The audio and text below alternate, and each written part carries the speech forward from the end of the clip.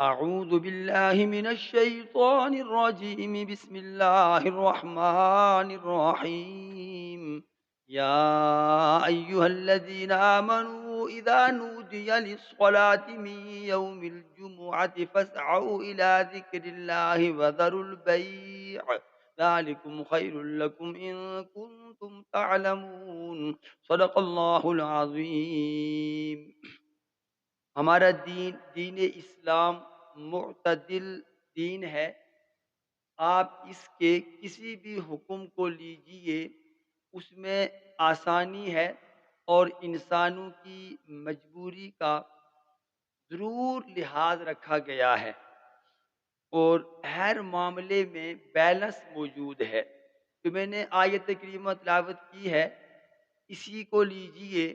اللہ رب العالمین ہر اہل ایمان کو فرما رہے ہیں، یا ایہا الذین آمنو، اے ایمان والو، اے مسلمانو، اذا نودی للصلاة من یوم الجمعة فاسعوا الى ذکر اللہ وذروا البیع، کہ جب جمعۃ المبارک کے دن جمعہ کی پہلی اذان دی جائے تو تم اللہ کے ذکر کی طرف، نماز کی طرف آنے کی بھرپور کوشش کیجئے، اور اگر تم بزنس مین ہو، تاجر ہو، تو تجارت کو وقتی طور پر ترک کیجئے، اسے بند کر کے جمعۃ المبارک کی ادائیگی کے لیے کوشش کر کے پہنچیے۔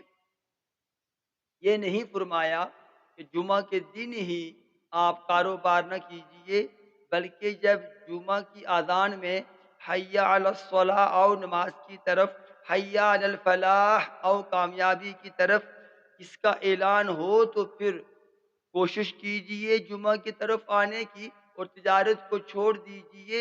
اور اگلی ہی آیت میں اللہ رب العالمین فرماتے ہیں کہ جب تم نماز پڑھ چکو، فَإِذَا قُضِيَتِ الصَّلَاةُ فَانتَشِرُوا فِي الْأَرْضِ وَابْتَغُوا مِن فَضْلِ اللَّهِ وَاذْكُرُوا اللَّهَ كَثِيرًا لَعَلَّكُمْ تُفْلِحُونَ۔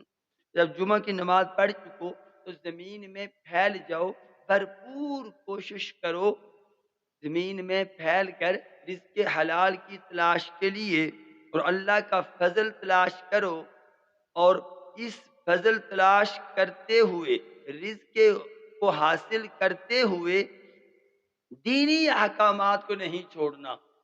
اللہ کو یاد رکھنا ہے، تبھی تم فلاح پاؤ گے۔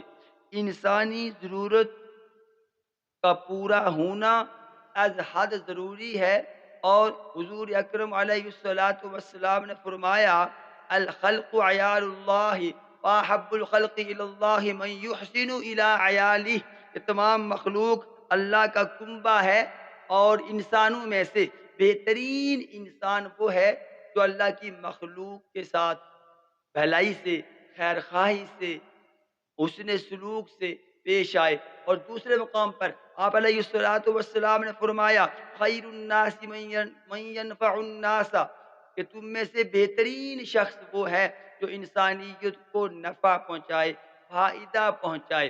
تو ہمیں اس اعتدال والے دین سے فائدہ اٹھانا چاہیے۔ اللہ ہمیں دین کے ایک ایک حکم پر اس کی روح کے مطابق عمل کی توفیق عطا فرمائے، آمین ثم آمین، وما علی الا البلاغ المبین۔